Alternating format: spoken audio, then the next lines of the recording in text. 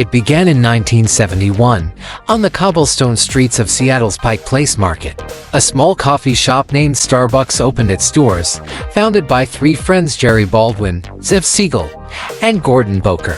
Their vision was simple yet profound: to bring high-quality coffee beans and equipment to a city largely unfamiliar with premium coffee. Inspired by Alfred Peet, the founder of Peet's Coffee, the trio set out to elevate coffee from a commodity to a craft.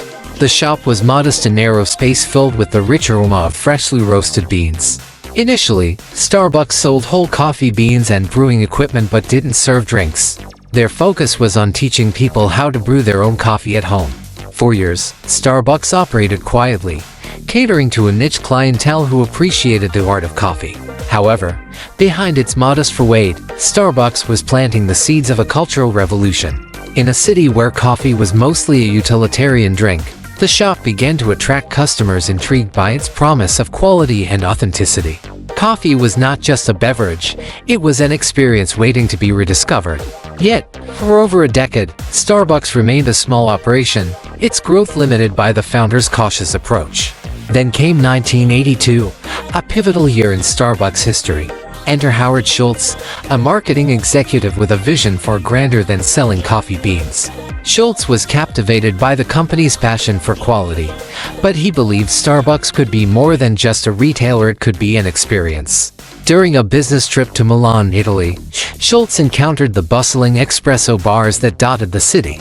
These weren't just places to grab a quick drink, they were vibrant social hubs where people gathered to connect. Schultz returned to Seattle, convinced that Starbucks could bring this café culture to America. Initially, Schultz faced resistance from Starbucks founders, who were skeptical of deviating from their core business model. They saw Starbucks as a purveyor of coffee beans, not beverages. But Schultz's passion was unwavering. Undeterred, Schultz left Starbucks to start his own coffee chain, Il Giornale, where he brought his Italian-inspired vision to life. Il Giornale quickly gained traction, and by 1987, Schultz returned to Starbucks with an offer to buy the company. The founders agreed, and Schultz became CEO, embarking on a journey that would transform Starbucks into a global phenomenon. Under Schultz's leadership, Starbucks began opening coffee houses, starting in Seattle and then expanding across the United States. The concept was revolutionary. Each store was designed to be a third place, a welcoming space between home and work where people could relax, connect, and enjoy high-quality coffee. The stores weren't just selling coffee, they were selling an experience. Customers could linger over their drinks, work, or meet friends in a cozy, inviting atmosphere. The rise of Starbucks coincided with a cultural shift in America. The 1990s saw a growing emphasis on individuality and self-expression, and Starbucks' customizable drinks resonated with this ethos. From lattes to macchiatos, the menu allowed customers to tailor their orders to their exact preferences, making every visit a personal experience. Starbucks wasn't just a coffee shop, it became a reflection of its customers' tastes and lifestyles. By the mid-1990s, Starbucks had become synonymous with premium coffee culture in America. Its iconic green logo, inspired by a two-tailed siren from Greek mythology, became a symbol of sophistication and quality. But Schultz wasn't content with national success. He envisioned Starbucks as a global brand, one that could bring its unique experience to cities around the world. The international expansion of Starbucks began in earnest in 1996, with the opening of its first store outside North America in Tokyo, Japan. The move was a resounding success, and soon Starbucks was entering markets in Europe, Asia, and the Middle East. The brand's ability to adapt to local cultures while maintaining its core identity was key to its success. In Japan, for example, Starbucks introduced green tea lattes, while in Italy, it faced the challenge of winning over a nation with its own deeply entrenched coffee traditions. Starbucks' global expansion wasn't without its challenges. Each market presented unique obstacles, from navigating local regulations to competing with established coffee traditions. Yet, Starbucks' commitment to quality and customer experience helped it overcome these hurdles. The company's focus on creating welcoming spaces resonated across cultures, making it a universal brand.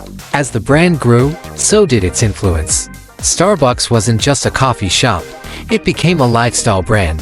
The introduction of iconic drinks like the Frappuccino and seasonal favorites like the pumpkin spice latte turned Starbucks into a cultural phenomenon.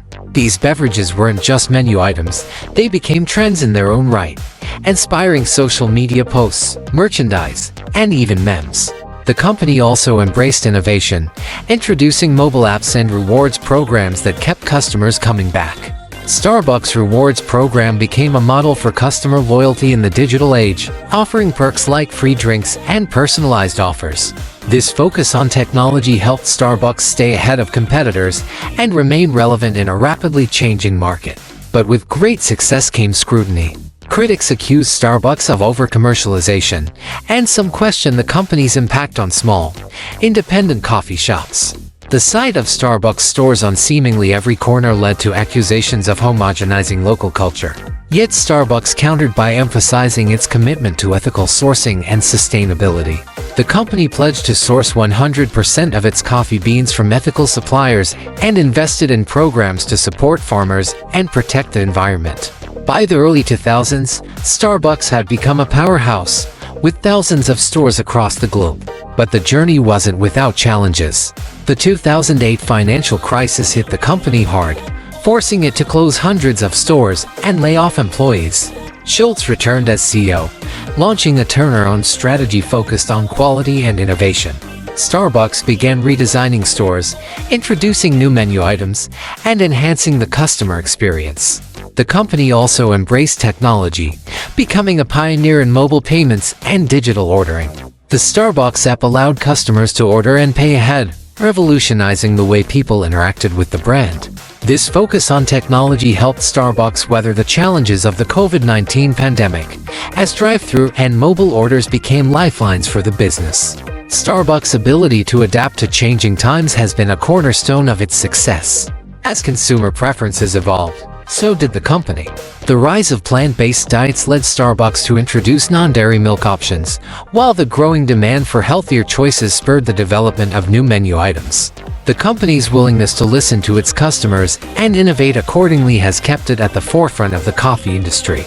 Today, Starbucks is more than just a coffeehouse chain, it's a $120 billion global empire.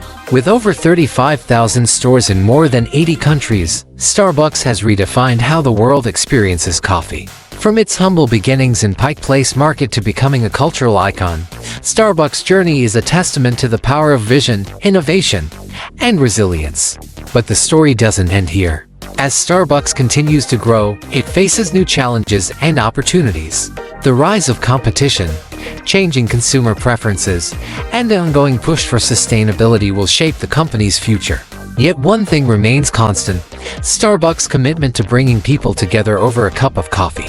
As Starbucks looks to the future, it is doubling down on its sustainability goals. The company has pledged to become resource positive, aiming to give back more than it takes from the planet. Initiatives like reducing waste, conserving water, and promoting renewable energy are central to this mission. Starbucks is also investing in its farmers, providing training and resources to help them adopt sustainable practices and adapt to the challenges of climate change. In addition to sustainability, Starbucks is focusing on innovation to stay ahead of the curve. The company is exploring new store formats, such as drive-thru-only locations and pickup-only stores, to meet the needs of busy customers. It's also experimenting with automation and artificial intelligence to streamline operations and enhance the customer experience. Starbucks' journey from a single coffee shop in Seattle to a global empire is a story of vision, resilience, and constant reinvention. It's a reminder that even the most iconic brands started small, driven by a simple idea and a commitment to excellence. As Starbucks continues to write its next chapter, one thing is clear: the company's legacy is far from finished.